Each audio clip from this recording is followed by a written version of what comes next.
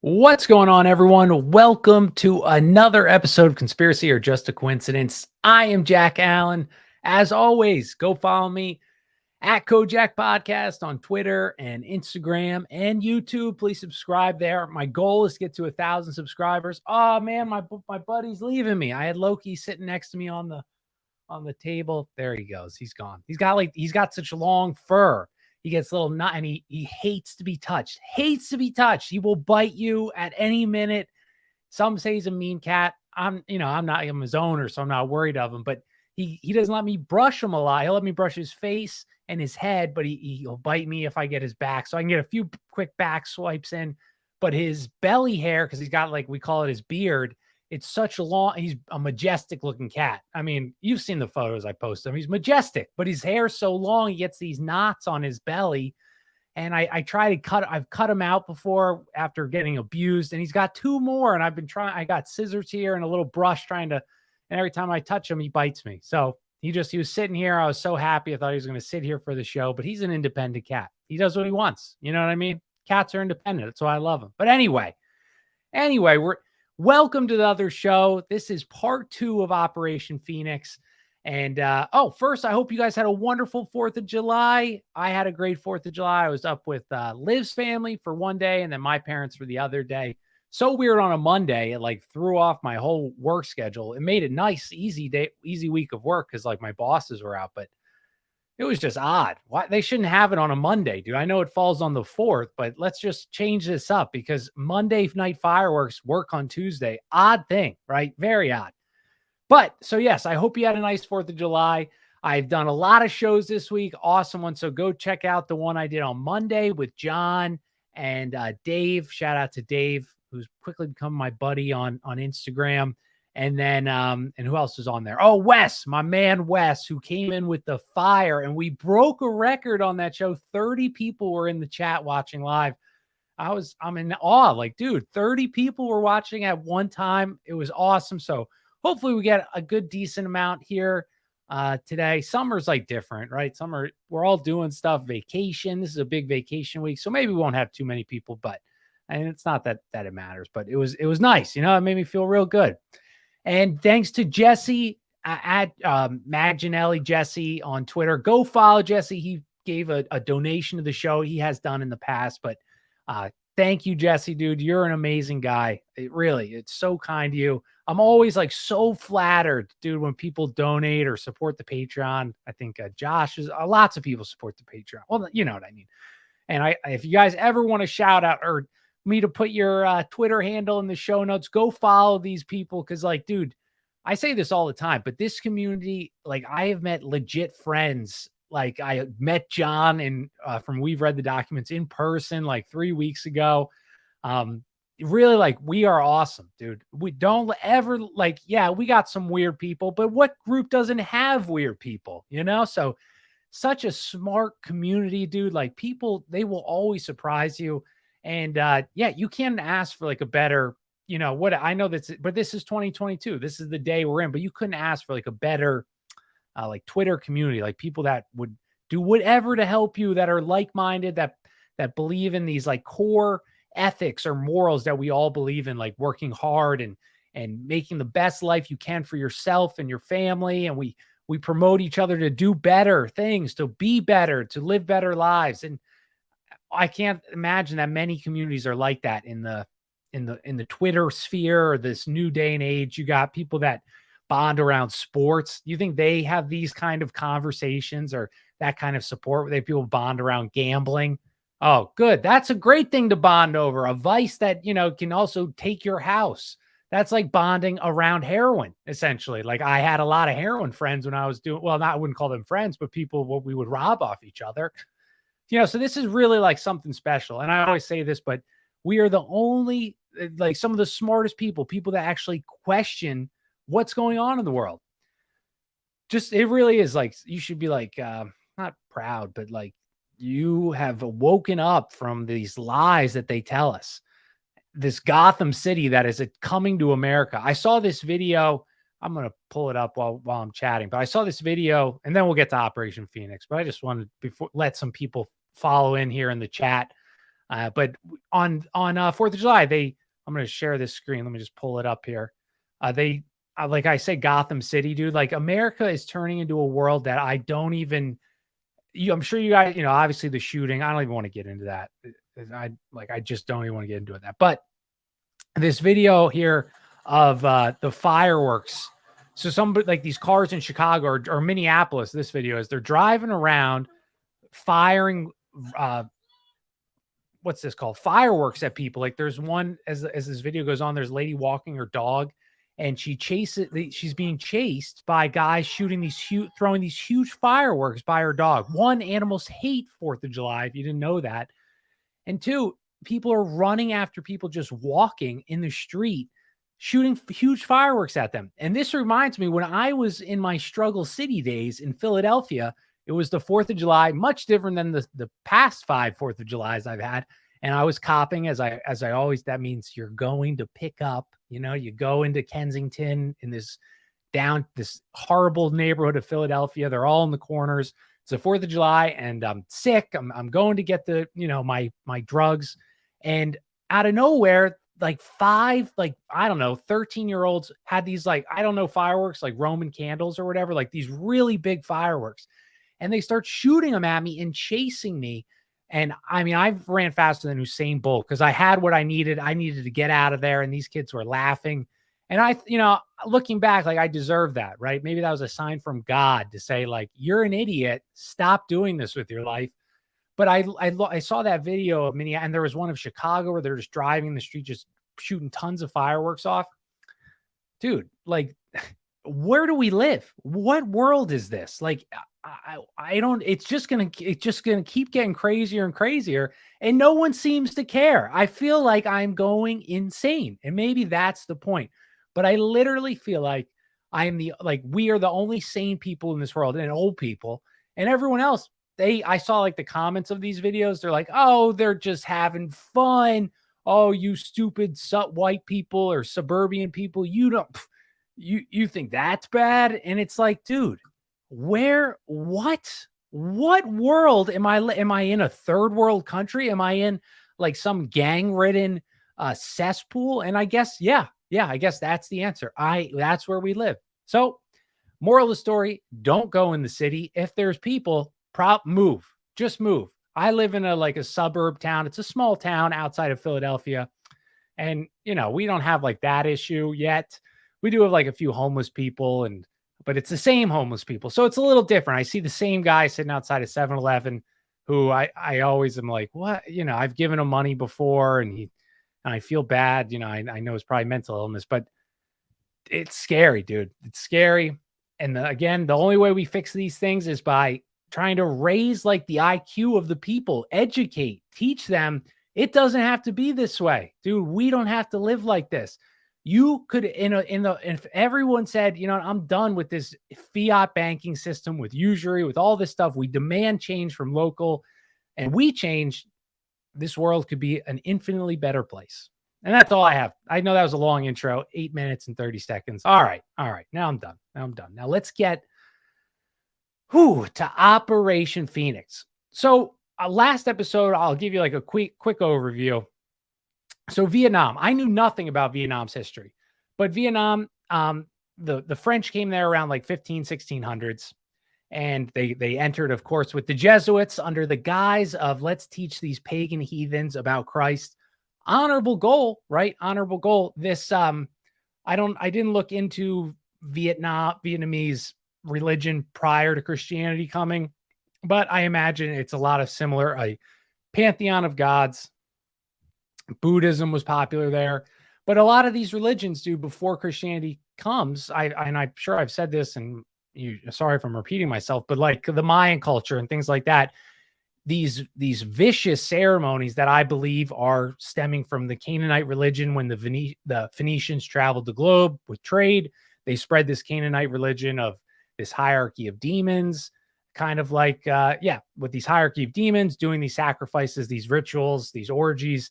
And I'm not saying Vietnam was that. I have no idea what was going on there prior to, in ancient history and 1200s, things like that. But I imagine that there's a pantheon. And so the whole point of this is it's an honorable goal to try and spread the message of Christ, because after you do that, people stop usually going on top of a temple and ripping out a beating heart, kind of like the Spanish did for the Mayans. Not saying that everything else that happened was good, but that stops, right? So anyway, that's the guys, these Jesuit priests, they go to Vietnam, they say, hey, we're going to help you guys find Christ.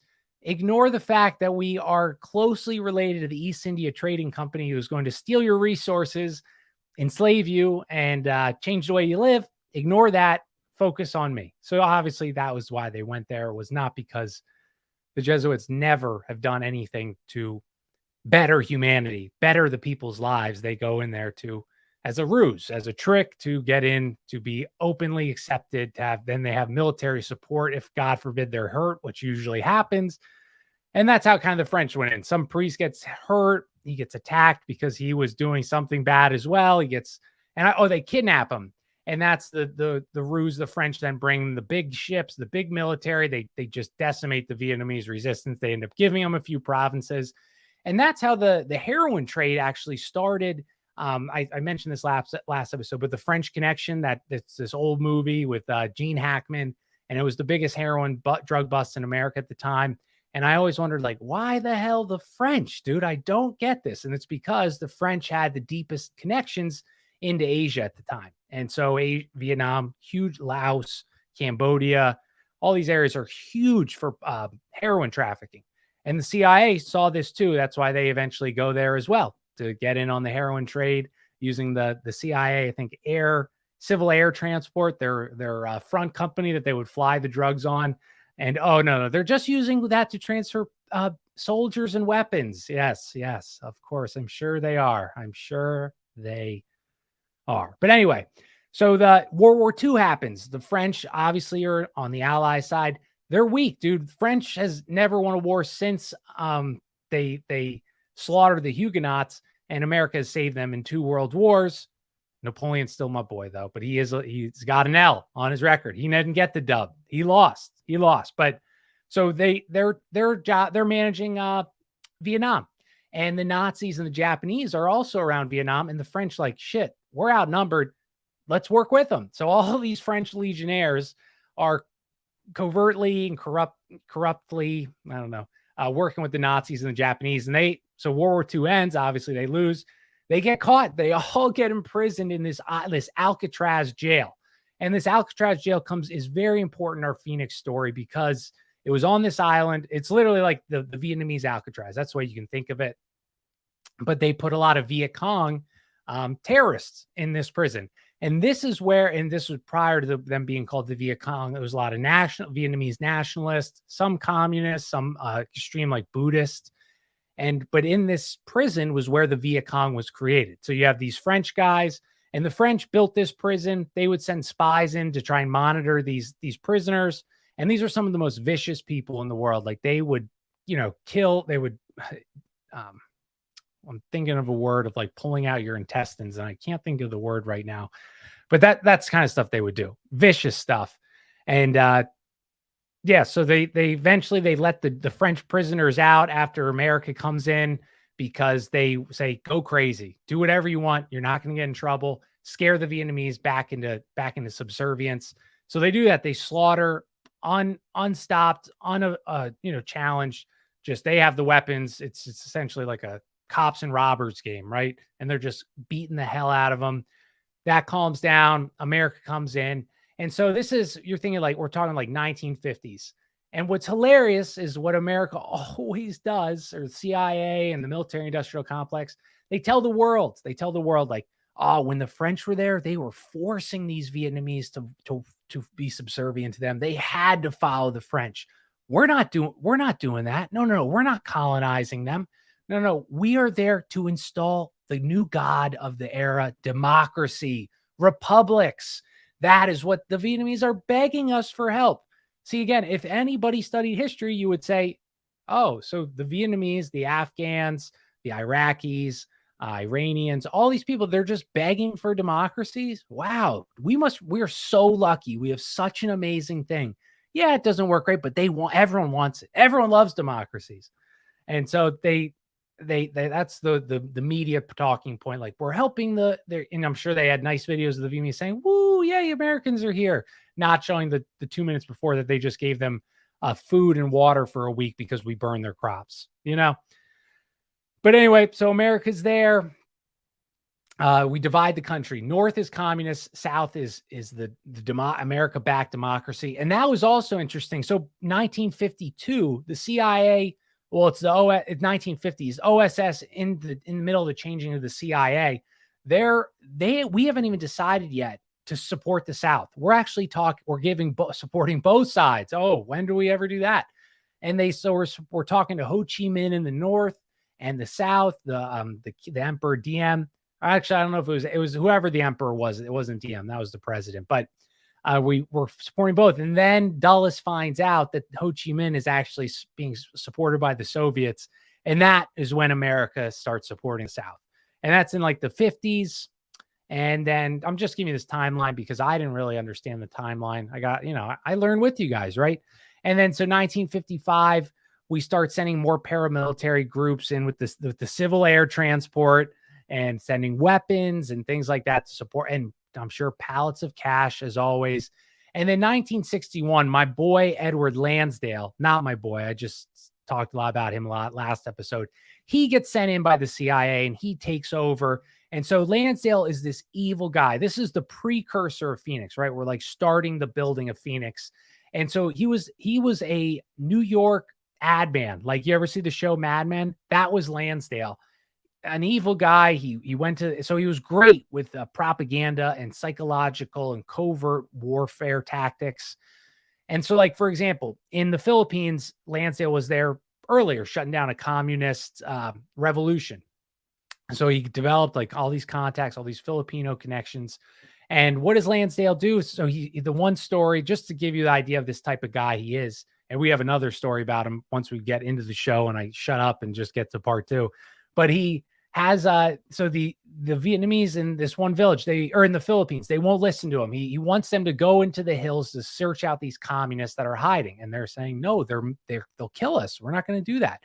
So what does Lansdale do? Is he plays on old wives' tale. So there's this like old wives' tale or whatever, story, like a ghost story. They tell kids that in the hills there are vampires, and there's like the Filipino word, the Tagalog word for that, and just like a vampire drains your blood. So what does he do? Is he takes a totally innocent villager. This is how evil he is. They're walking to collect whatever, berries, food. I don't know what they're doing. And he kills them, but he punctures 2 holes in the guy's neck, drains him of all his blood, total blood, all the blood's gone, and then puts the body in the middle of this walking path. And so the villagers, they come out, they think a vampire killed the guy because they weren't listening to Lansdale. And so you bet your bottom dollar they went up in them hills and they searched out for those communists. So that's the kind of guy that took over, and he's the precursor to the actual Operation Phoenix. And so then how do we get all our military? That was like 61 when Lansdale did that. And then in 64, this was the big, what I always mention, what I'm sure a lot of us mention, the Gulf of Tonkin. The Gulf of Tonkin was the false flag that allowed LBJ to send in the troops into Vietnam full force. Before that, we were sending some guys, some military, like, hot, like covert type of people. But so what happened was we dropped some SEALs off on this island to destroy some Viet Cong radar system, whatever. I guess I guess it must have been, I don't know why. It was the 60s, dude. Who knows? You had needed a room for a computer at that point. But so they drop them off. They go destroy this radar machine. And the SEALs, they get dropped off. They're sneaking around, pitch of night. And they realize they got dropped off on the wrong end of the island. You can always count on the CIA and the government to do a good job. And so they get caught. So they start in this firefight. The Viet Cong, they retaliate because this is supposedly off limits to Americans, and this is the North. And so they lightly fire on the USS Maddox, and the media plays this up like a ship just sitting in the waters was attacked by the Viet Cong. Oh my God, they attacked innocent Americans. The nerve, they're evil, blah, blah, blah. And that's how that's LBJ signs the Gulf of Tonkin amendment or resolution or whatever. And that's how we really really got involved in 1964 in the Vietnam War.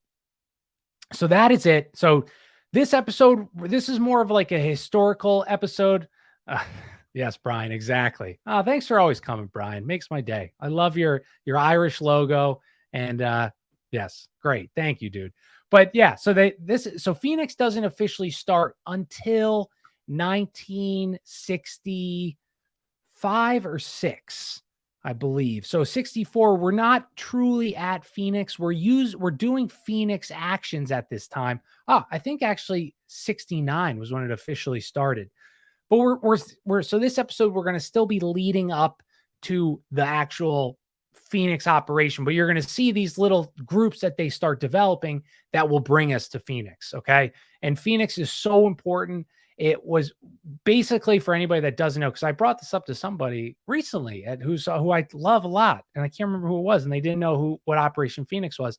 And so if you don't know, Operation Phoenix, it was the CIA definition would be like a operation to destroy the Viet Cong infrastructure, to assassinate evil terrorists, to gain intelligence and information. But what spurs from that is, I don't know, let's say things like, assassinations, obviously, gang rapes, in prisons, using eels to rape prisoners, the Viet Cong terrorists, or airplaning. Sounds harmless, right? No, they would tie these people up by their foot or whatever, and like on, not a fan, but they had an actual apparatus to spin them around the room. They would take them on helicopter rides, and they would take 3 of them. They'd say to the first guy, like, tell me what you know. Before he could even talk, they would kill him. So then the next guy to do the same thing, they just throw him out. And the third guy was the guy that had the info. So that's Operation Phoenix. It is a violent, very like deadly operation that there was no style, like anything was fair game if they could get information on the Viet Cong. And so why does that relate to us? Because Operation Phoenix plays a lot on brainwashing, on psycho warfare, on manipulation of press and propaganda, of what fear does to a population. That is what Phoenix, where they learned all these tactics. If you can immobilize a community by putting fear in this, you kill a local school teacher or whatever. That's what they would, this is things they would do. They would kill a local villager and they display it in front of everybody. Maybe they disembowel them. And they realized, oh my God, this shuts down society. These people are now terrified to do certain things. And so that's why Phoenix is important. And we're going to get into even more crazier stuff they did, like MK Ultra type stuff. But this was really where there was an experiment of how would people respond to certain stimuli. Okay. So that's what we did.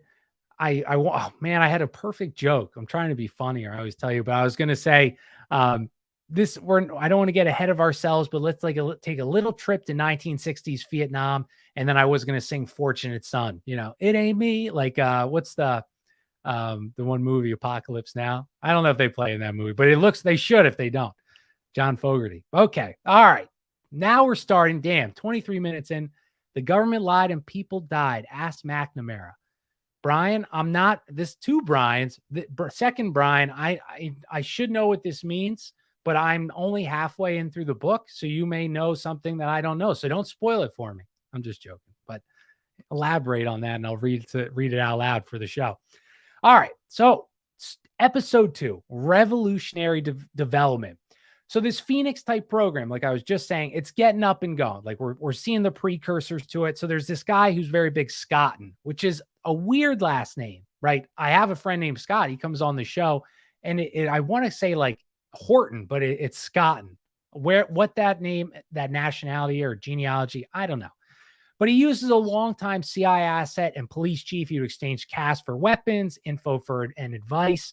And this is how a lot of the info is gained in Vietnam. These are poor villagers struggling to survive because we're making them move villages, their ancestral homes, for safety, to try and like corral the communists out of the villages that are hiding because they don't want to tell because they'll be slaughtered.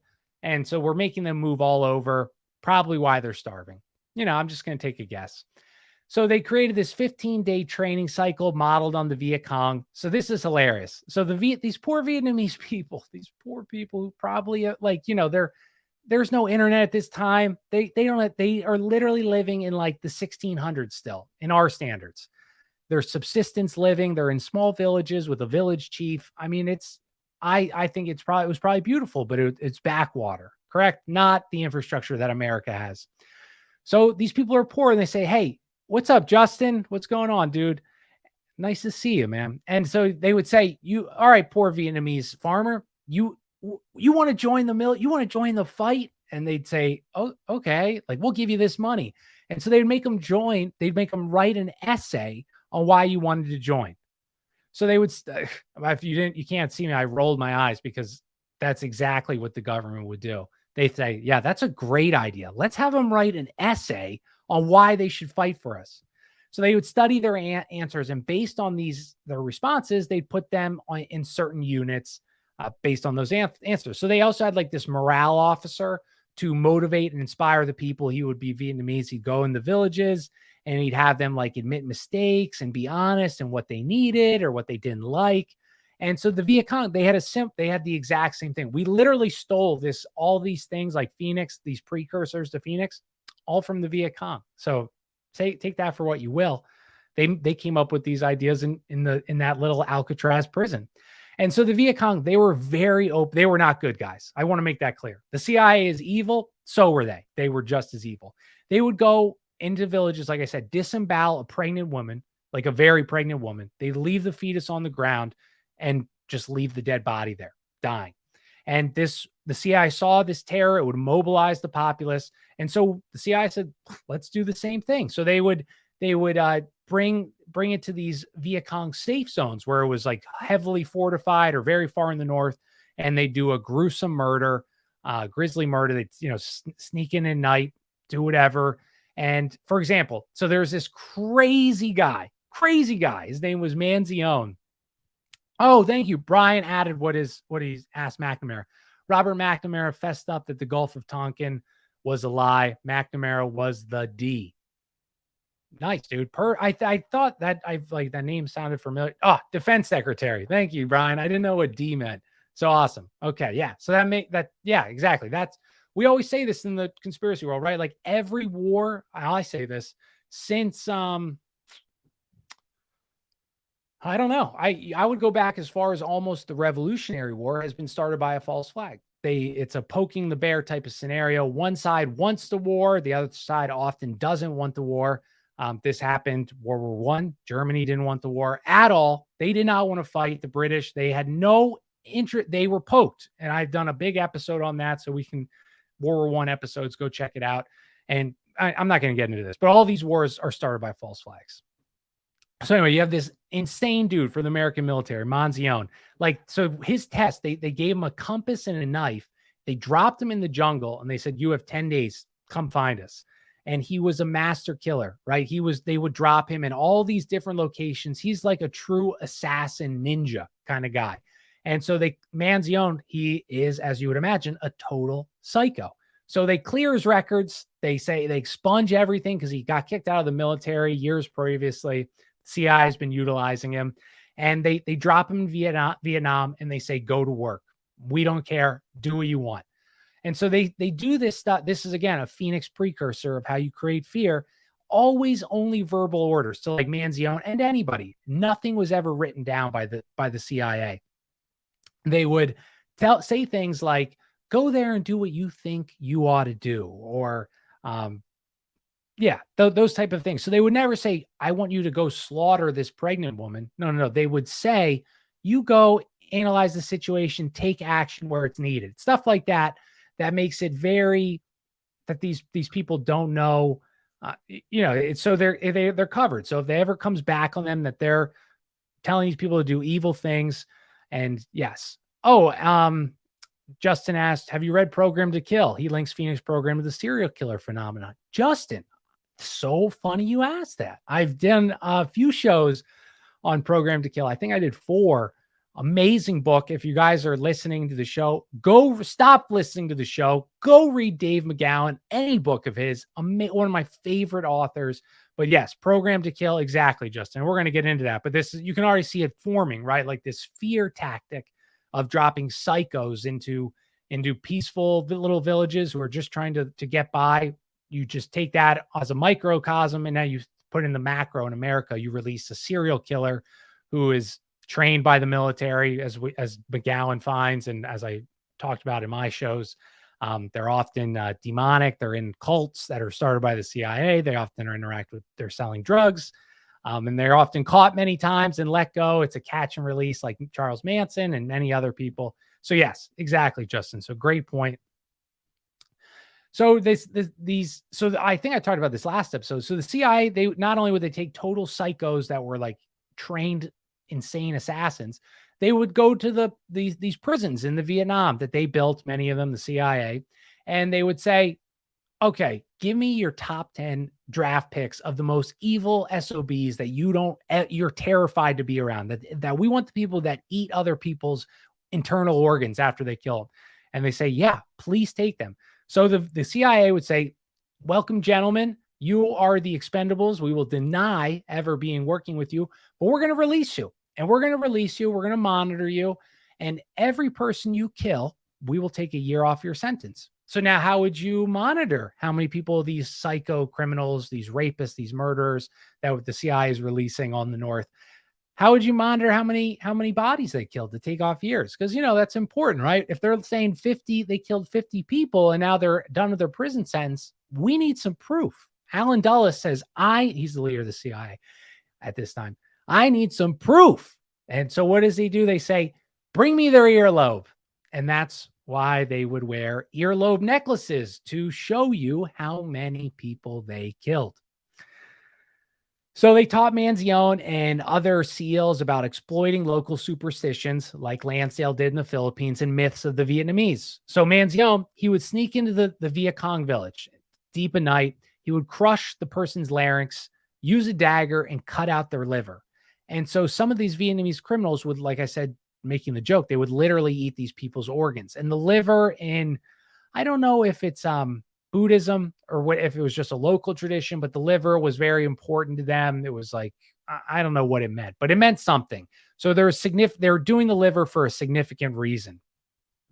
Not only that, Manzione and all these other psychos, they would also nail a playing card to their dead bodies it was a playing card with a green skull and red eyes and red blood-soaked teeth. And they would hammer it into their what guys in the chat? What's this? The third eye called? Not Pythagoras. What's it called? The pineal gland. The pineal gland. So they would nail them and their significance with this green skull and the red eyes. It was, again, another local superstition. So you see, they're playing on these poor people's fear. They don't have the internet, right? Say they're in their village. They believe this ghost, this spirit, this green skulled, red-eyed monster is stealing kids in the middle of the night when it's really like a tiger or whatever. And that we're using that to scare them.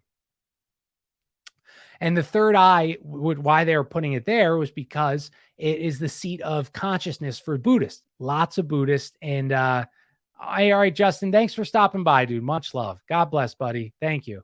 And so the Buddhists, the third eye is very important to them. They would nail it there. And this is definitely something for like NY Patriot and Lux. So you guys know them.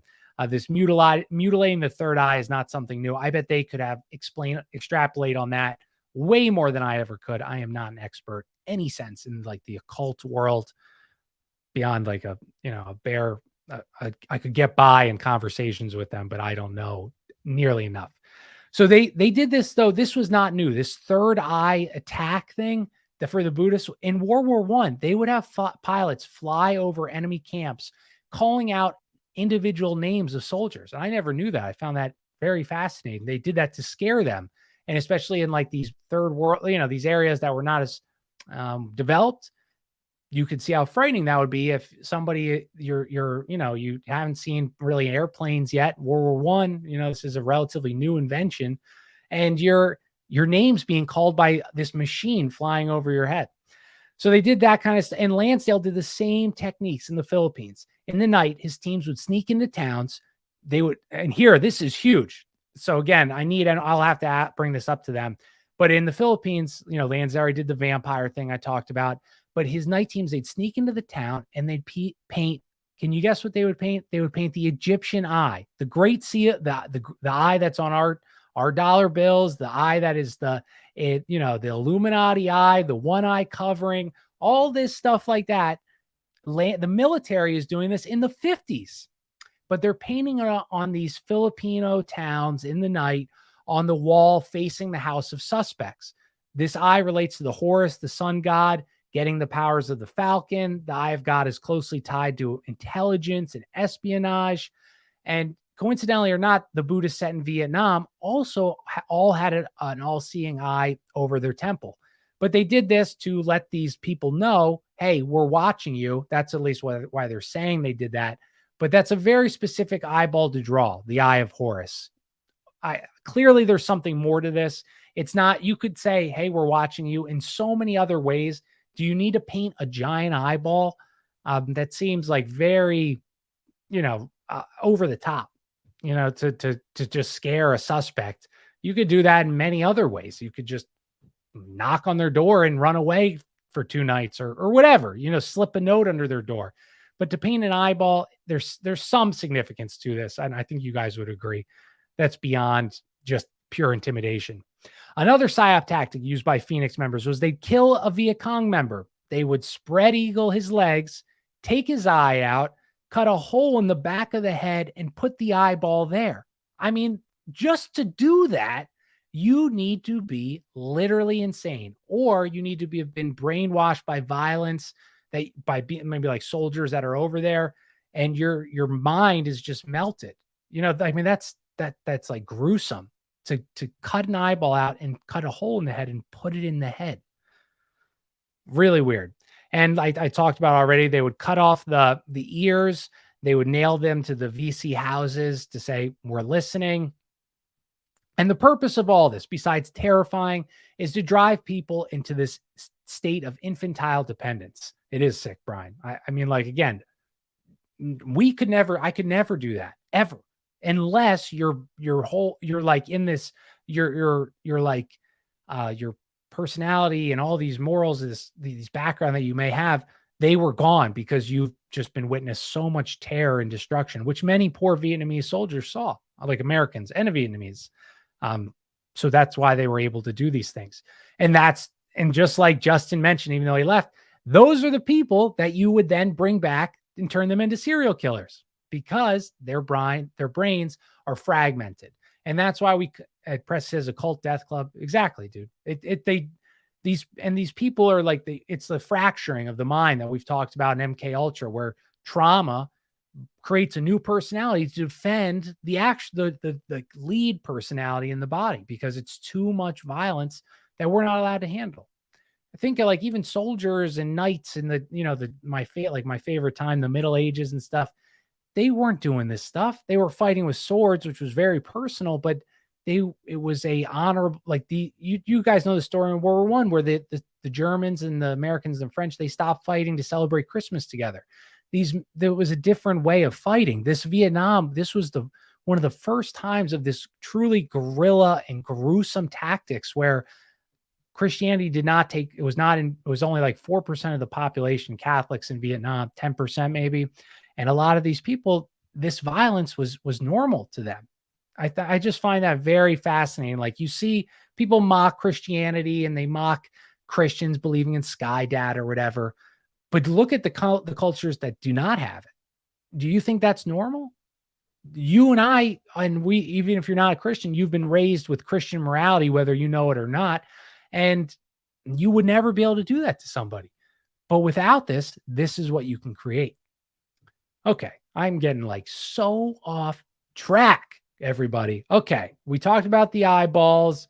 We talked about infantile. Okay. So the SEALs and all of our American covert people, they were told to ignore all the normal rules of engagement. And they bring, I jumped into this, but it's such a good, so they would bring 3 Viet Cong into a helicopter, tying them to a detonator box. And the CIA translator would say, ask him this. And before the VC would answer, they'd toss him out of the helicopter. They did the same thing to the next guy. And the tactic of this is they want the third guy is the one who has the info. Those first two people, some of them were innocent. They were just people in the wrong place at the wrong time and brought up into these helicopters. Like, this war changed. It fractured people's minds. And that's why Phoenix was eventually grows out of this. And so after higher ups saw the potential of Scotton's tactics, they wanted a version. They said, I love it. Give me one of my province, please. I want this. I want eyeballs in the back of heads yesterday. And so they start growing this group. And so they started training on Phoenix Island. And that's where I think they got the name. Besides the occult significance of the Phoenix rising from the ashes, how many Phoenix symbolisms are everywhere? They're all over. There's tons. But they get trained on Phoenix Island, and the CIA bought this Phoenix Island from this corrupt guy who in the 50s was using CIA funds that were meant to help Vietnamese people. He used it to buy land. He gets jailed. The CIA buys the land off of him. They also get him out of jail for selling him the land. You know, we got an amazing Central Intelligence Agency, guys. They really want the best for everybody. They love people. They love democracy so much. They'll do whatever it takes to get it there. Okay. They'll sell heroin if they have to. They will sell crack cocaine if it means spreading democracy. That's who we have. God bless them. So the good thing about Phoenix Island was it was only accessible by the CIA plane front company, their civil air transport. And they built like an airport here on this island, roads, barracks, mess halls, armories, camp for 5,000 people. And this was just essentially a huge training camp island. They would train how to abduct prisoners, interrogation, intelligence, recon. And Tom Donahue, who created the camp, he also came up with this idea called census grievance. So once a month, I mean, as we go here, and if you listen to the first episode, it's just a cluster blank word in Vietnam. You have all these people doing bureaucratic, stupid ideas to try and bring down these Viet Cong who are just spread out amongst all regular people. And they come up with the most stupid things, and it just gets out of control. So this grievance officer, he would go around. It would be like people that were respected, a retired teacher, elders. They would go around to these villages. They'd map out the village. I'm sure that wasn't the main. They wanted there to help the people. They weren't spies. Wink, wink. Yeah, they were just there to spy, and they needed a cover to do it. But so they would map out the houses, the people who lives in what house, and they would say, what can we do? What can the CIA do to help you with your life? And things like, oh, this bridge over this little river would save me a lot of time. And they would have like, anyone giving you a hard time? Maybe Viet Congs possibly? And these CIA guys, they would then create a whole map of these different villages, who's living in the houses, who's living in this hut, who's this, what's his grievance. And they kept a record of all this to help sniff out the VC, the Viet Cong. Extreme corruption was a common part of life in Vietnam prior even to the Americans getting there. And Donahue, who created this, he said, if there was any grievance officer or province chief giving you an issue, I'll get them removed in 30 days. Just tell me. But don't write it to me. Do not write anything on paper to me. Call me and we'll do it. Nothing through the central government as well, because that's how you can tell an honest program. When they tell you don't write stuff down or they swear you to secrecy, that is the hallmark of an honest secret society, an honest intelligence organization, and an honest government. And that's just the truth. That's just the truth. You know, I'm lying. I'm being facetious. It was essentially a mob. Like, that's literally what the CIA is. They are a gang. They are the mafia. They created the mafia. They are organized like a mafia. And so the chief would also recommend young recruits to Donahue. He would take them. So like the chief of the village, he would take these young Vietnamese people. They would, yes, very transparent, Pressy. They would feed them with more food than they had ever seen. They'd put on weight. They'd get great food, protein, chicken stuff from America, right? So they're pumped full of protein. Protein, hell yeah. And propaganda. They're fed. They're not hungry. They watch movies all day. Propaganda of why communism is bad. And they would then graduate with a ceremony. Now, this was it. It was, the quotes of it was pageantry, theatrical, almost religious quality. It had Vietnamese national symbols. The lights would go out, just the light on the speaker of the ceremony. The students would then take off their white clothes, and they would, like, it had like a white robe on, and the lights would go out. And then when the lights would come back, they were in all black, like pajamas, like a ninja type of outfit kind of thing, like a dark, I'm going to break into your house kind of dark outfit.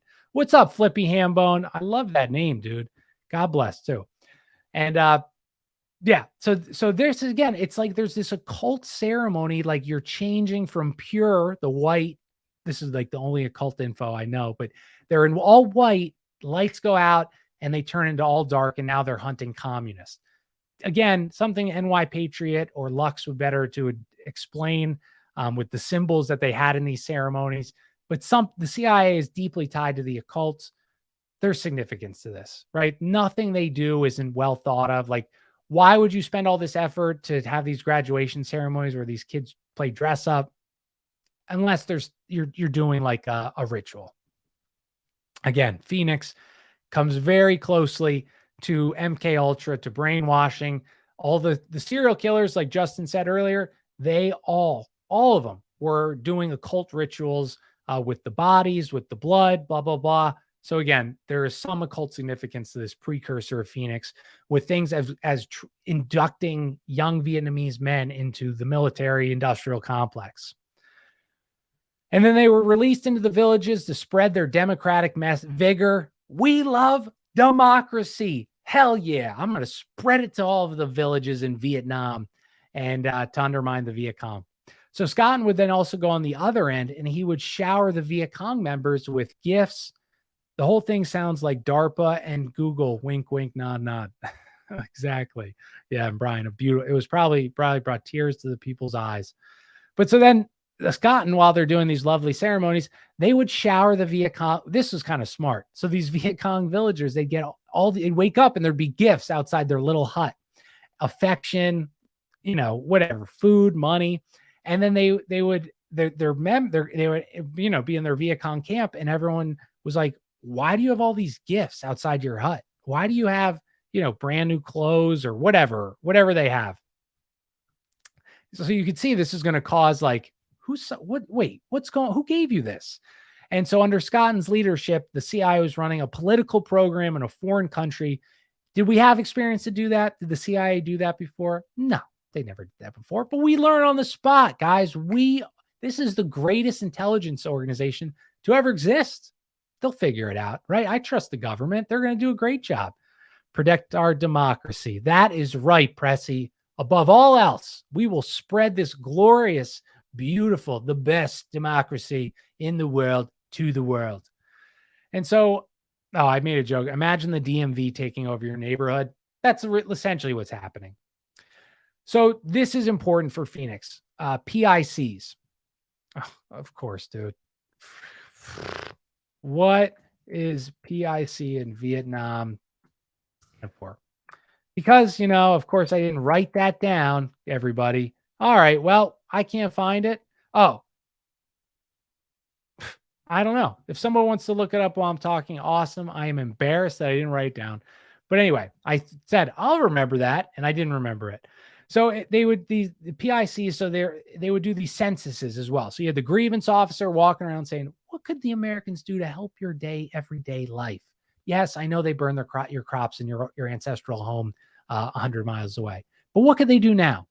And so they would do these censuses, and the reason why they do them to us, do you think it's for political reasons solely? No, it's a great way to get, at least not now, it's not as much, but back in the day before Facebook and the internet, it does sound like skull and bones, Brian. But before the internet, a census was a great way to gather intelligence very peacefully, right? You're going home, say, hey, we're doing a census. We got to figure out who's here, keep everybody safe. Like, think now, if you go missing, you can come in. We have you identified. You have a license, right? This will save your family if these evil Viet Cong come kill your family, or maybe we accidentally do.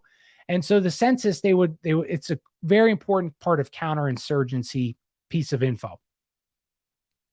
So this census program, origins of this guy, Robert Thompson, who was an insurgency expert. What's up, Wes? My man, Wes is coming on, I think Tuesday, but well, everyone knows Wes. Awesome guy. So they're doing these census. That was another part of the intelligence gathering pre-Phoenix. And so what did they do? They would get a group photo, family photo of everyone in the house for each like hut or whatever. They would get your political affiliations. No pressure there. If you say you're a VC, they're going to say, oh, we're not going to rat you out. This is just for our records. They would get your fingerprints. And you can see where this is going, right? Income, your savings, who owned property? Did you have relatives in an outside village? Thus, maybe a reason to travel. So this way, if somebody that didn't say they had family in the first census, they say, hey, our family's going north to visit family. They say, what? Wait a second. Why didn't you say that last month when we did our census? And you see these photos were then going to be utilized. They just liked looking at nice family photos. Do you think that's what they were doing?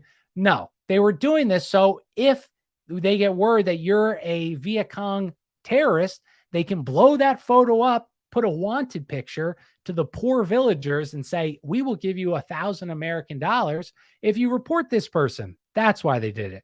And so again, this is all the stuff they do to us under the Social Security was the same thing. They do this under the guise of, oh, this will think how much safer you'll be. Safety is always the trick for losing your freedoms. Brian, good guess. It's PIC. It might be a Vietnamese word, and that's why I did the acronym. But that's the chapter, PICs. And awesome, Wes. I can't wait, dude. Can't wait. Seriously. All right. Okay. Yeah. So we did the census, and then Scotton would also get the military army men to desert the army. I found this interesting. So he would like recruit army guys to desert the army. He says, come work for the CIA. He'd write a letter saying to the army, like their leader, hey, no, they didn't desert. They are working on a top secret project with higher pay. They'll come back when they're done. And this was called Project 24. They would employed officers and enlisted men would be taken out for dinner and drinks just because they wanted to help them. They said, thank you for your service, guys. With the CIA really appreciates what they do. No, that's not what they did. What did they do? They would take them to a brothel. They would blackmail them into joining special recon teams where they had to commit very atrocious acts because otherwise they're going to send this picture of them sleeping with a poor Vietnamese person to their wife and kids back home. And that's what they would do. They would also give them Phoenix hasn't even started yet, and we're already in way evil territory. I think you would agree. They would also, poor Vietnamese villagers, they'd say, here's a ticket to Cambodia. We gave your family $100. We're calling on that favor. You need to go to Cambodia to locate enemy sanctuaries. We want you to radio back with this CIA radio, and the CIA will come get you out, and we'll take care of the target. You want to know how many of those for Project 24 recon members that went to Cambodia and Laos? You want to know how many came back? None.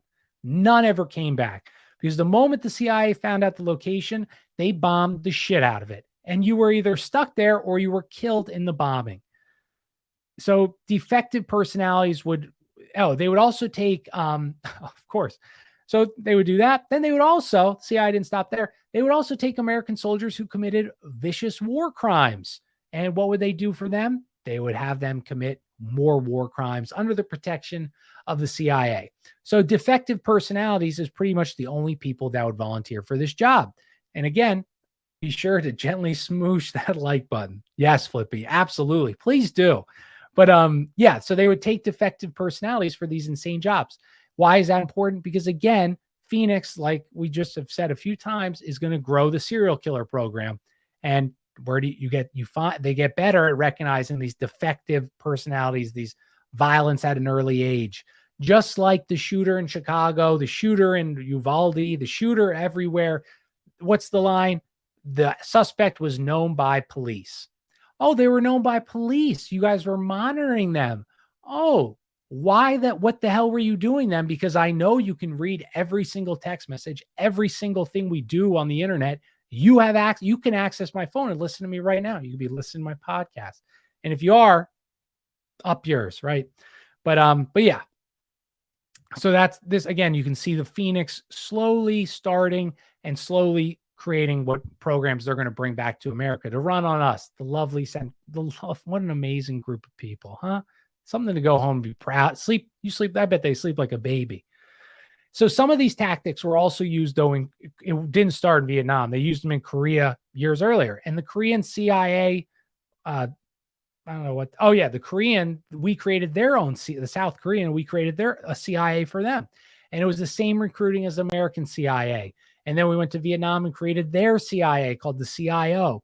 But in Korea, CIA sent top psychologists to Seoul with psychological tests to show them how you find the best recruits, which questions to ask. And they would write up like a pros and cons list. Do they follow orders? Are they creative? Why would creativity be important? I'm sure you can guess why creativity would be important to an assassin. Motivation. What motivates them? Why are they doing this? And this is the same way the CIA secret police are recruited in each country to this day. So when the CIA is, God knows how many countries they are in, I imagine many. When they go there and you need locals to act as your cover, to speak the language, traditions, blah, blah, blah. They have these perfected psychological tests that they know how to pick out who is a good candidate, who would not be a good candidate. So none of us would make the lists, everybody. I don't want to burst your bubble. I know you guys had dreams of being a CIA spy. You're gone. Just by you listening to the show, they ain't picking you. So if that was your career choice, we gotta push you to a new career, maybe the FBI. Maybe they'll take you. I don't know, though. I don't know. Don't get your hopes up. So dependent psychologists, they need strong direction, aka they need the CIA to act. And the CIA is not content on working with foreign governments. They don't want to work with the foreign government like they say they do. They don't want to they want to infiltrate the foreign government and guide them that way. They don't want to be in the boardroom saying, do you guys like this idea? And they give you an answer and they won't do it. No, they want to be the ones making the decisions. Like, hey, president, be a real bad thing if these photos of you, raping this underage girl got to your wife and kids in the press. Ooh, so maybe you should, we'll give you money, but let us control your military. Okay. Let us control these resources. Don't nationalize that oil. No, your wife would be devastated if she found out. Don't nationalize the oil. Let us keep enslaving your populace. In 1964, they built this huge interrogation center as CIO headquarters, the Vietnam CIA. It housed several hundred prisoners. How do you think they paid for that? Have you heard of heroin? So with the prison interrogation center and with these counter-terrorists, the CIA learned the identity and structure of the Viet Cong infrastructure in each province, the glue to the liberal world order. I love it, Pressy. Love it. That's nice. So the CIA, they ends up building these PICs in each province. So again, I don't know what PIC stands for, but it was an interrogation center. PIC, people in cages. There we go. We made up our own acronym.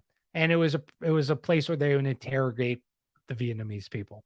It was with special grants funds from America.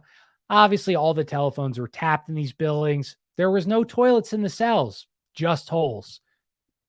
This was the quote because the CIA said, like, aren't these horrible living conditions for these people? Like, they literally are defecating and urinating in a hole. And their quote was, they don't have toilets in their homes. Why should we put one in their cells? That was the motto. But the CIA, they care about you. They just want to bring democracy. Okay, guys? Why would you care about a prisoner who has to live in a little cell with a hole for his feces?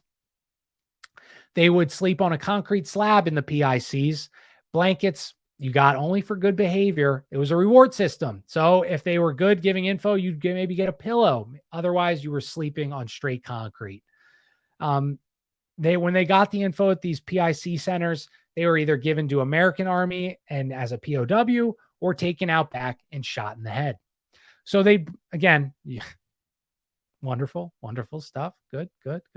So they get a Viet Cong, they bring them in, they shower them up. Do you think they gave them a nice loofah? No. They probably sodomized them. Some of the cases, if they were being difficult, beat them. You can imagine.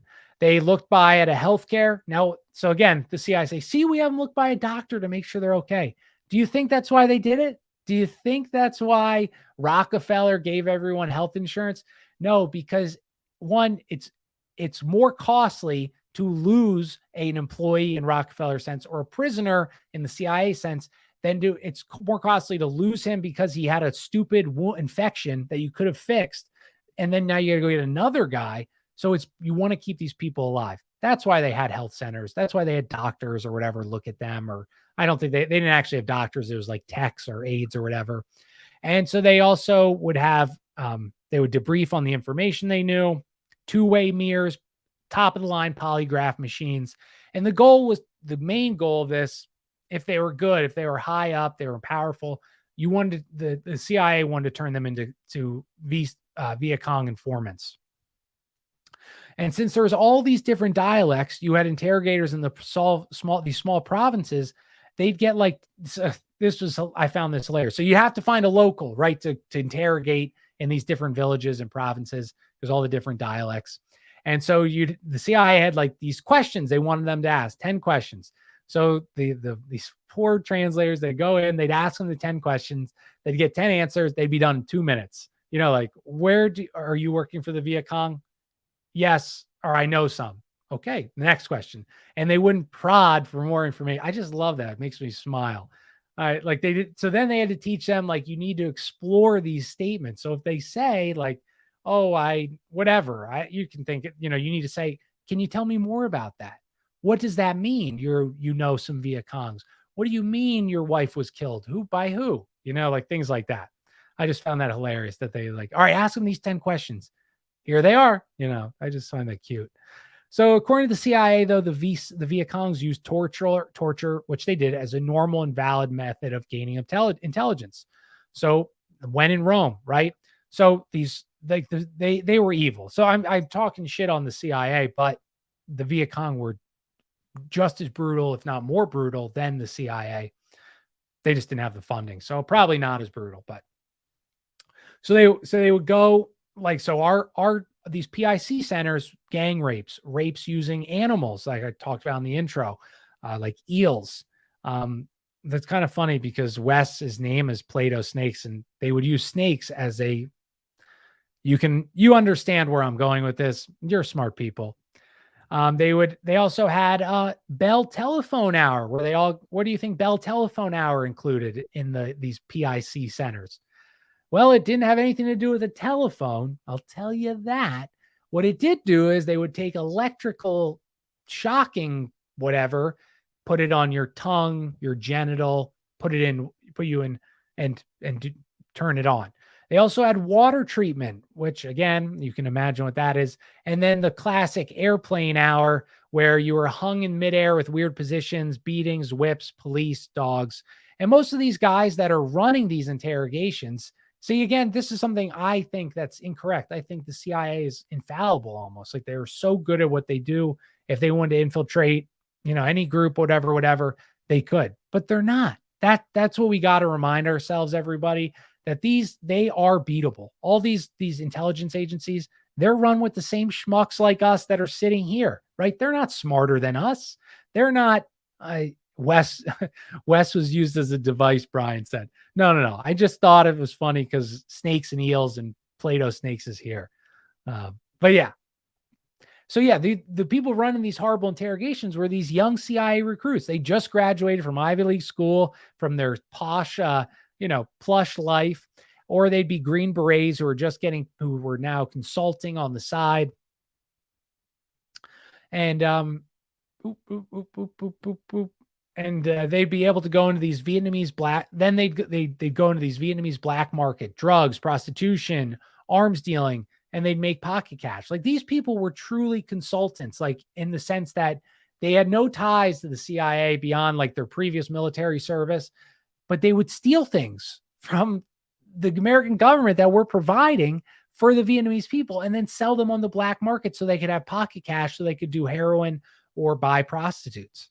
I mean, so Vietnam really called, not as much in like the military per se, but the CIA brought this whole new element to Vietnam that was unlike, something the military didn't really resonate with, like corruption, blackmail, secrecy, et cetera, et cetera.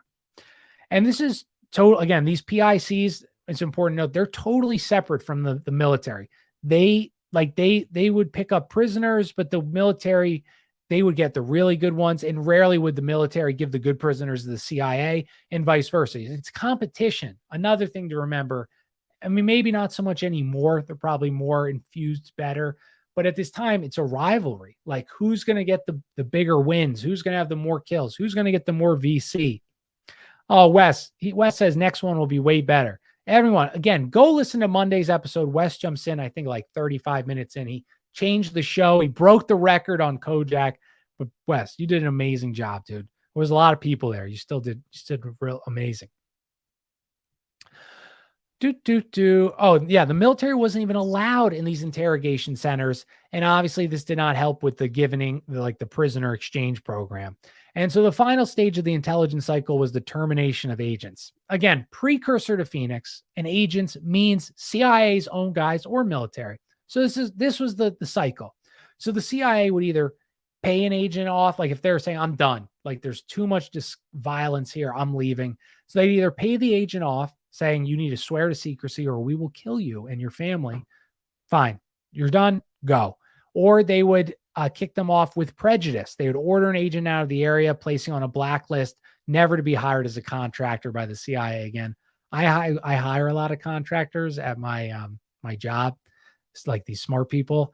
It just makes me smile. Like, I have like people that have screwed us. I'm like, never call them. You avoid them like the plague. Case officers were taught that in off the record, how to terminate agents with extreme prejudice, because we said there was prejudice, they would blacklist them. Extreme prejudice. What do you think they did there? Do you think they gave them a stern warning? No, they didn't write down what they did to them in the extreme prejudice cases. Just like the CIA said, never write the actual goal of what you're sending a covert operation to do. You say, take whatever action you think is best. What would be best, though, just so you're aware, is that they never would ever be able to speak out about what we were doing here again. Oh, dude, we're doing great on time. Okay, we're getting there, and we're building up. As you can see, we're building this base of Phoenix program. You can see all these evil things. They're setting up the infrastructure. So, in 1965, LBJ, Gulf of Tonkin, whatever, signed. We started bombing North Vietnam, even Laos and Cambodia, even though they were neutral. Because why? We can. Because we're America, and we say we're America. Yeah, here to save the mother day. If you guys don't know what I'm saying, it is America World Police, made by the South Park creators. And I got to watch it again, but I'm sure it relates very well now. So Project 404, I think 404 is what I see on like the internet when I don't get it. Like the website's not, my internet's not working. Is that right? I think so, right? So Project 404. So it's the CIA's project, of course, because they have like always the coolest names for military projects. So they would send agents into the countryside to locate targets for the B-52 bombers that were located in Guam in the South China Sea to come over and just bomb the hell out of whatever village. Kind of like they did with that Project 24, where they identify a sanctuary, get a radio call, go bomb it. What was the result of that? Prosperity, peace, happiness for everybody that wasn't a communist. Wrong. Not the result. They essentially turned Laos and Cambodia into a wasteland, because do you think that the CIA cares what happens to this third world country in 1965? No. If Brian likes Team America, F yeah. So the same strategy was used in South Vietnam. They would blow these Viet Cong villages to nothing. Now see how their morale is. What does that, again, this is building up to Phoenix. It's not in Phoenix technically yet. But so how does a populace react if we bomb their village? What do? How do they respond to each other? Do they get closer? Or do they spread apart? So again, we're building this Phoenix base. 500,000 Vietnamese lost their homes to bombings. They were given temporary shelters, while another 500,000 was wandering literally in shock in Vietnam. Their peaceful, quaint, ancestral village with everybody knows everybody. They farm together, they eat together, they intermarry, blah, blah, blah. gone. It is destroyed. They just picked you up and moved you 100 miles to a village. You don't even speak the same dialect for your safety. That's what was going on.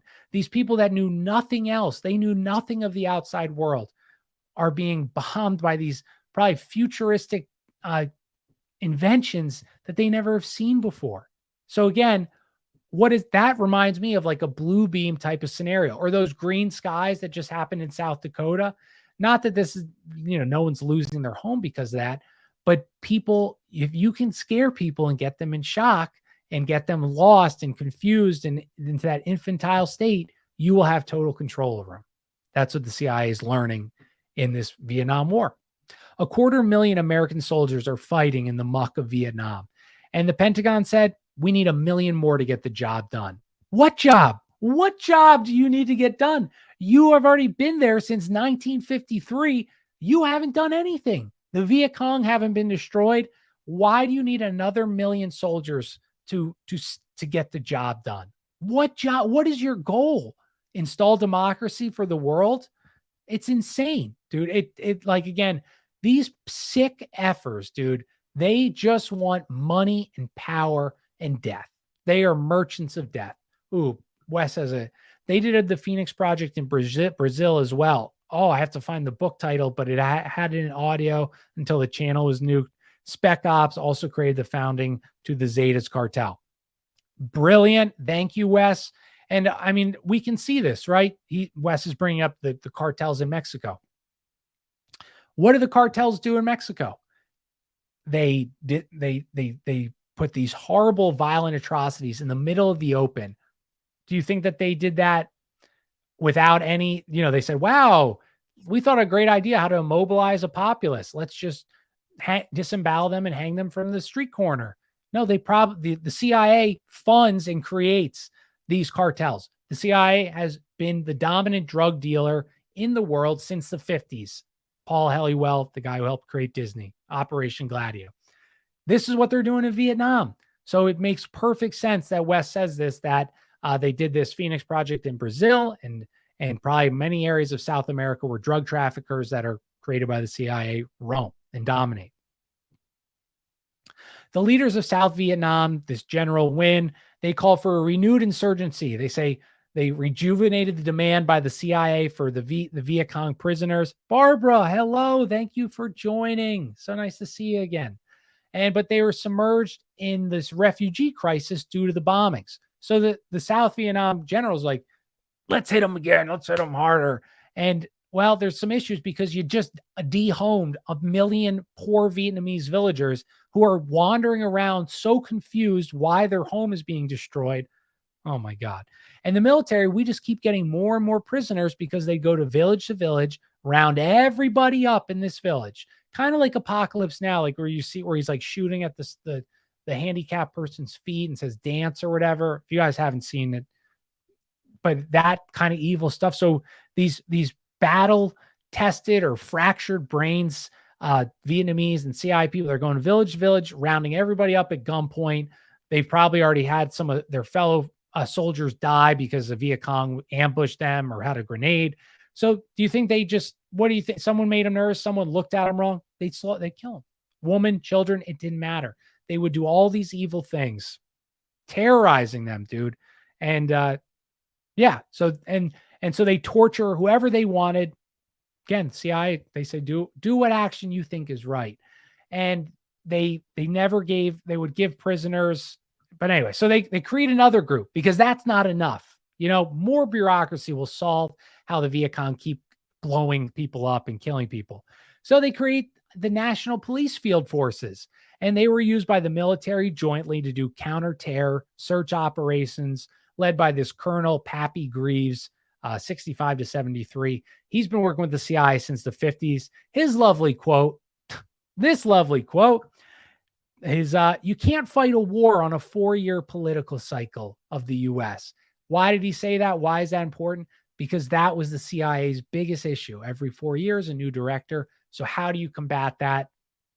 You never give up power. You have the next guy presented, lined up, who agrees with the viewpoints that the bankers that control the CIA want.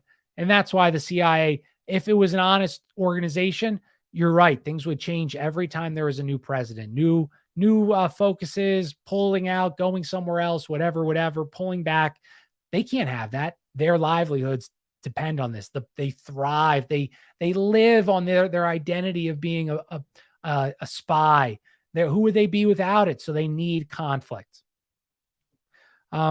They murder and terrorize their own citizens, make people think they run their government when actually government is the reason they exist. There's also a Knights Templar cartel. Yeah, I know that's insane. I think they're relatively small though, that compared to the other ones. And what's going on here with the summer of new pew pew psyops, also a Phoenix tactic? Yes, Wes, absolutely. Absolutely. We're going to have such a good show when Wes is on Tuesday, just him and me. And so Greaves also said Vietnam needed his force because a cop couldn't walk the beat like they could in European and American cities. They needed military tactics and techniques to survive, aka they needed to be able to slaughter at will. CIA, they're giving trucks through Air America, their front organization, paid for by getting people addicted to heroin and crack cocaine since 1953. Wink, wink. That's like their little ad. We'll get you a Jeep. The CIA, you're in a third world country and you want some money, weapons, or cars? Call on the CIA. We'll get it for you. And then the tagline says, been delivering heroin since 1953, always with a smile. Something like that. I don't know. We got to work on that. That's a good skit. Let someone think of a skit idea to do an ad for the CIA. Oh, thanks, Rosalind. Thanks for coming. Thank you so much. So yeah, the Greaves, he changed the chaos. Like he wouldn't give military equipment for 30 people though. So that was also what was going on. It was just a mess. Again, in Vietnam, you have all these different groups, all these different people trying to make a name for themselves. What they were doing with the Jeeps though, I was making a joke and I missed the note, but so they'd give a Jeep to say a province needs a new Jeep to track prisoners. They put the order in, the CIA gets them the Jeep. The province chief or whatever, the leader of the director, the general said, oh, the Jeep got lost. It got stolen by the Viet Cong. What would they do? They'd ship the Jeep back, sell it for money. Like they'd ship it to somewhere else. So it was lost and they'd sell it, get the money. It's just a total mess. And liquor, prostitutes, anarchy. It's just anarchy. Oh, anarchy would be great. Yeah. Well, the Vietnam had anarchy. They had village chiefs and village leaders, and each village was a little different. And this is what happened. So I'm not trying to start an anarchist fight. First skit question was Disneyland. Maybe I think there's something there. We got to start a group, guys. We're going to make a TikTok of CIA recruitment videos, and they're going to be hilarious. I'm working on that. You can steal my idea if it's good, but you got to include me in it. Okay. All right. So Greaves, he changed this chaos. He tried to change the chaos. Like, again, they were doing other things. They say, we need equipment for 30 soldiers. They would send them the equipment for 30 soldiers, but they only had like 5 people. They wanted a group of 30 soldiers. They only had 5 at the time. They'd sell the other 25 guns and equipment to whoever had cash, and it all end up on the black market and usually in the hands of Viet Cong. So once again, American tax dollars and CIA heroin trafficking is funding the enemy of a war. Rockefellers did it with giving oil to the Nazis in World War II and the Japanese. GE, who I hate, my fridge. I'm sure you guys have heard me how my fridge is broken 4 times in 2 years. They would they would fund both sides to help make more money. Brian says we need Comrade Dad to help us. Yes, I got to have him on again. For anyone he's a communist that came on that talked about Operation Gladio. And he did have some great, he taught like Marx and Engels. They did talk about, they wrote eloquently, much better, right? And they were right that capitalism will lead to a monopoly and to dominating resources.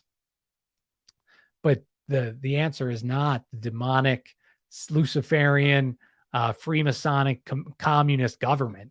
That's where I think he's wrong, but it's hard to explain that to people.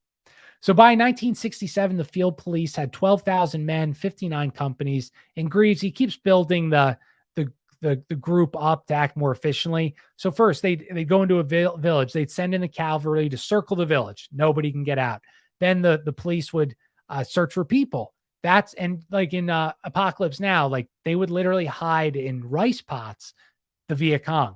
And so the Vietnamese field police, or actual, they were regular Vietnamese people, they could go into a village and tell you how many people should be in this location based on how big the rice pot was. I found that so cute. Again, like, oh, that's so nice. So if they had like enough rice for 10 people and there's only 6 people that they have, 4 are hiding, sometimes under the ground. They dug shallow graves, would cover it up. And he was trying to train these city boys who were just kids in 12 weeks, what the Viet Cong would train their recruits in 6 years. So 12 weeks or 6 years, definitely not as talented or as experienced as the Viet Cong people were. They just had more funding. Federal Reserve notes. I hate how the chat lags. Like I'm 10 seconds ahead of you guys because you make a funny joke and I don't know what I just said. It's just so annoying. Yep. Program to Kill, Wes. Yeah, absolutely. It's the one guy, Justin, who I think was a Patreon supporter, but I didn't want to get it wrong. He brought that up as well. So yes, totally agree. Go read Dave McGowan, anybody listening to this show.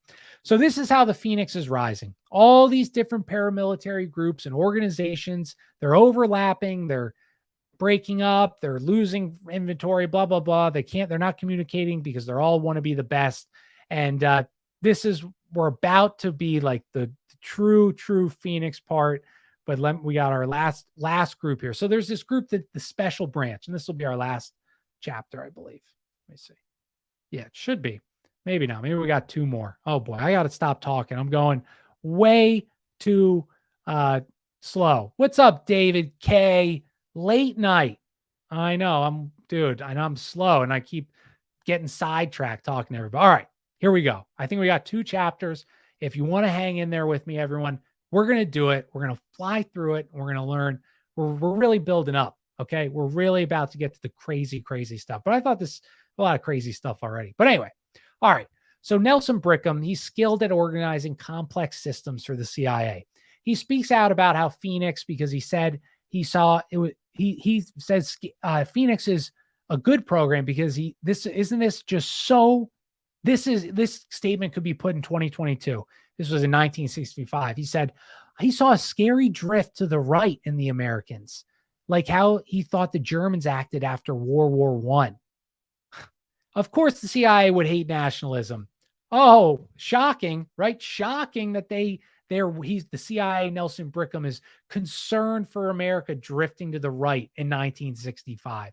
Are you effing kidding me? So anybody that ever tells you that the CIA is a right-leaning organization, honestly, laugh at them. I want you to scream laughter like you're a maniac and say, what the hell are you effing talking about? And they're going to say, well, they always fought communism. Yeah, they fought communism, dude. They funded each of their groups that they're supposedly fighting. Shut the F up. So anyway, Brickham, though, of course, he was a Yale graduate, worked in Soviet Russia, sent spies into bases. This was interesting. He had these things called black agents, not their skin color. And so he was a part of the first group of the CIA who worked with MI6, that's British's CIA, to complete a total systems integration of everything the Brits had on the Soviets and everything the Americans had.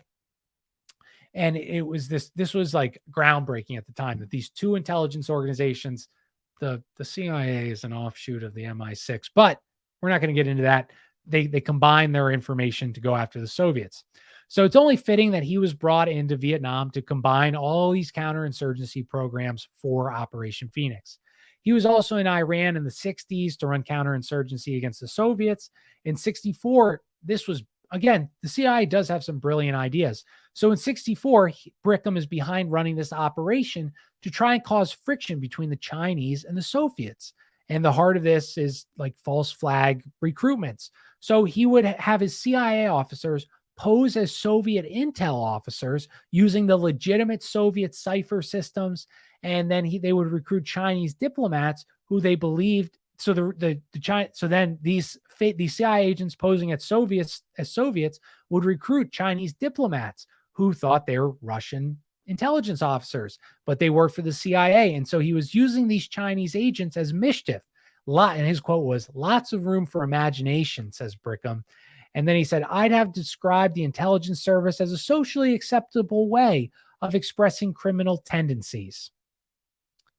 And that's the wonderful CIA. Good. He says, I like the intelligence. It's a socially acceptable way to act like a criminal. Huh. Isn't that just like so foul? So foul.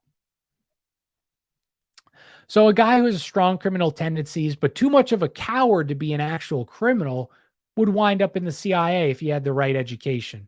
Nice. Yeah, that's exactly who I want to spread democracy with. That's who I want, that guy. The guy that was too pussy to be a actual criminal.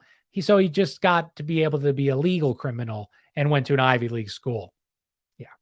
He brought in to bring sharpness and focus to the CIA field operations. So there's this thing called HIP, Hamlet Informant Program. See, I wrote that acronym down. Damn PIC. I don't know what it means. And the HIP program was these low-level informants. And the book goes way big detail, and I'm just doing quick overviews. But basically, just like any company, you have people who want the glory and the power over their coworkers, which causes confusion and competition. But the CIA realized it was just such a mess in Vietnam, too much insanity. So they wanted to put all CIA ops under one coordinated command. The reason it took so long, they had unlimited money, but not enough planning. That's why they were already here for 15 years with making a mess. Why didn't they all go under one operational command? They just had unlimited funding. So what's the change? They're getting paid. They're, getting in the paper or whatever. So they bring in many of the CIA guys that were in the Cuban failure. And so the CIA really starts up in their violence in like 1964. The VC would come into villages. They would behead a few people and put them on sticks. That's what the Viet Cong would do. The CIA said, why don't we do the same? So they would behead people, probably many innocents, probably many women and children that maybe had ties to the Viet Cong. They would behead them and put their head on a stick. In 64 or 74, the CIA officer writes, the future applicability of the Phoenix program. He wrote this paper, the future. And so this is exactly what Wes was referencing in the chat, the using the Phoenix program in Brazil and the cartels. So the Hamlet Informant Program was designed to gain info from people in rural areas. The problem was recruiting informants in a hamlet, as many in a hamlet as possible. It was tough because informing on the Viet Cong was very dangerous work. So they did detailed studies on how do we get more informants to rat. Again, you can see how this information is going to be, this is a micro scale. They're going to bring it to America on the macro scale. How do we get people to rat on their friends or family or loved ones? What motivations could we use to get them to do this? So they would get people who are victims of Viet Cong terror or pseudo-insurgents, another way to gain intel and sow suspicion at the same time between the real guerrillas and the population. They would have people dress up like Viet Cong members, do a terror, kill an innocent person, a pregnant woman. And so that now the village thinks the Viet Cong did that to this loved community member. Nothing's too small. Nothing. Democracy is the goal, guys. We can do all things are on the table. The means justify the end. The end justifies the means. By 65, defectors who had joined the counter-terror would get SAC on, which means kill communists, tattooed on their chests as a part of the initiation ceremony that we talked about earlier. It would prevent them also from returning to the Viet Cong. That's why the CIA made them do it. They would also put their unit insignia which was a machete with wings and a skull and crossbones. Who in the chat said this reminds me of Skull and Bones? Dude, see, it's all tied. These occult rituals, it's like that, this occult like changing and evolving thing. Dave, Wes is coming on Tuesday. So they would put skull and bones tattoos with their black pajamas. They'd plunder nationalist or communist villages. And this wasn't reported back in the US, of course. Did they talk about this in the press? The CIA also hired mercenaries to disguise themselves as Viet Cong to commit violent atrocities. I kind of already said that. They would execute village leaders, rape women, and it helped reinforce negative stereotypes of the Viet Cong, at the same time giving recruits for its informant program, because now your village says, oh my God, the Viet Cong had just raped this innocent lady. I'm going to inform on them. So this is all done by the CIA. So again, we can see pirates, Pressy. Yes, exactly. Skull and Bones pirates, Templars. But this false flag, they commit a crime in Vietnam to make you think it's the Viet Cong. It could be an atrocious crime. So what does that sound like to you? Just how Pressy, Wes and I were saying, the pew pew, all these people, horrible crime, they pin it on somebody. They pin it on a group, an idea, a thought process, a type of individual. That's what they're doing in Vietnam. It's the exact same thing. And so the rationale was that the Vietnamese would see that the Viet Cong had killed another Viet Cong, be frightened from becoming Viet Cong, and villagers would want an alliance with CIA or our side. And some people in the village would get paid to point the finger. When Herbert asked, how do you know they might not have? So that's what they as people are ratting out Viet Cong suspects, they'd say it was him in that village over there. And so somebody asked the CIA, well, how do you know they might not like have ulterior motives for leading these death squads to the wrong person? And he was exactly right. Many times names were given. They were killed. They had zero connections to the Viet Cong. These two people had a personal gripe. And the CIA said, you know what? You can't make an omelet without cracking a few eggs. What, am I right? Am I right? Yeah, we killed this poor third world villager. We're bringing democracy, baby. Some eggs are going to get cracked. Sorry, you're so sensitive and you love communism. Don't you want to support democracy? Yeah, an innocent woman was slaughtered. All right, we're building democracy, baby. Come on. I'm joking, but right, dude, that's their mindset? It has to be, because you couldn't do this without having that mindset. This special branch kept records of the victims who had atrocities by the Viet Cong, or unreasonably taxed, which would cause, anger at the Viet Cong, or families which had lost sons or husbands of the Viet Cong. And they'd use the grievance census that we talk about. You have any issues with anybody? And they'd go around, the people that would go around ask, what can we do to make your life easier, to get info? So these counterinsurgent goal was to gain motivations for the population of people they needed informers from. This was, again, the building blocks of Phoenix. What motivates people? How do we get people to do exactly what we want them to do? Just like we do to the Middle East. Exactly, dude. And Wes was saying that, like, we've brought Phoenix, these things we learned in Vietnam, we spread them everywhere to all the countries that were saying, yay, bring us American democracy, please. Please, we're so happy you're here and destroying our home. And we briefly touched on the PIC program. The one I can't remember the acronym for is the interrogation centers located in each province. Defectors and prisoners would be taken there for questioning. And this was the leader of the PIC program, quote, most important program of gathering intelligence on enemy. My motto is recruit them. If you can't recruit them, defect them. If you can't defect them, capture them. And if you can't capture them, kill them. They'd also utilize families of the Viet Cong to gain info on them as well. Sisters, brothers, mothers, fathers. Wherever there is a weakness, the CIA and the Phoenix precursor would exploit it. And the Viet Cong had been in the same position for 5 years. Oh, a VC had been, or this scenario, like this one story, they said like there was a Viet Cong guy, he's been fighting for 5 years while all of his colleagues around get promoted. So they would utilize that resentment to get info on the Viet Cong. They would use vulnerability, like bribes, sex, drugs, all legitimate means of recruitment and illegitimate means of recruitment. And another prototype of Phoenix was created by this total nut job, a leader of the CIA, Drekulich. He was a CIA officer gets murdered in broad daylight on the street. So he designs a special unit for penetrating high-level Viet Cong who were targeting CIA for assassinations. So these high-ranking CIA would visit the provinces and see if they had any cases that were promising info that they could continue to gather info on. But Drekulich, he was so terrified. He had like PTSD. He was fractured from all the violence that he probably committed in Vietnam. So he was so terrified of being bombed in his sleep, he would drive 3 hours every night to go sleep in Saigon, and then in the morning wake up and go to wherever he was supposed to be monitoring or interrogating.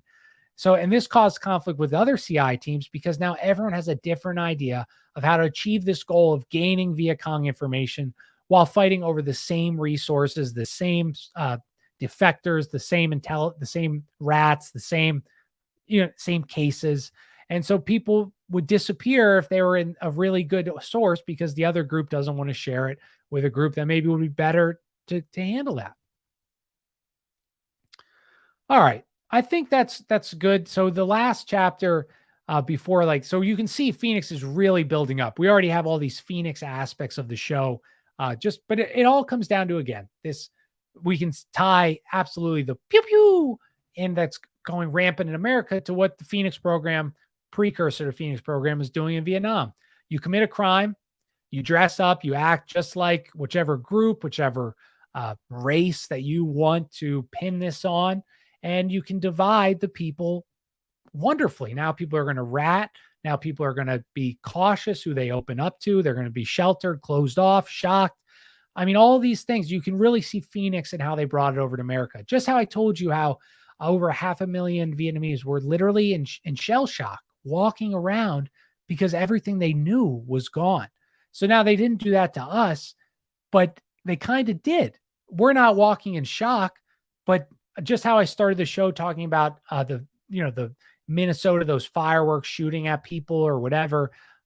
This isn't the world. Our parents, my dad's older. He always watches the show. So Dad, love you very much, but he's 74. Do you think this world is recognizable to the world he grew up in?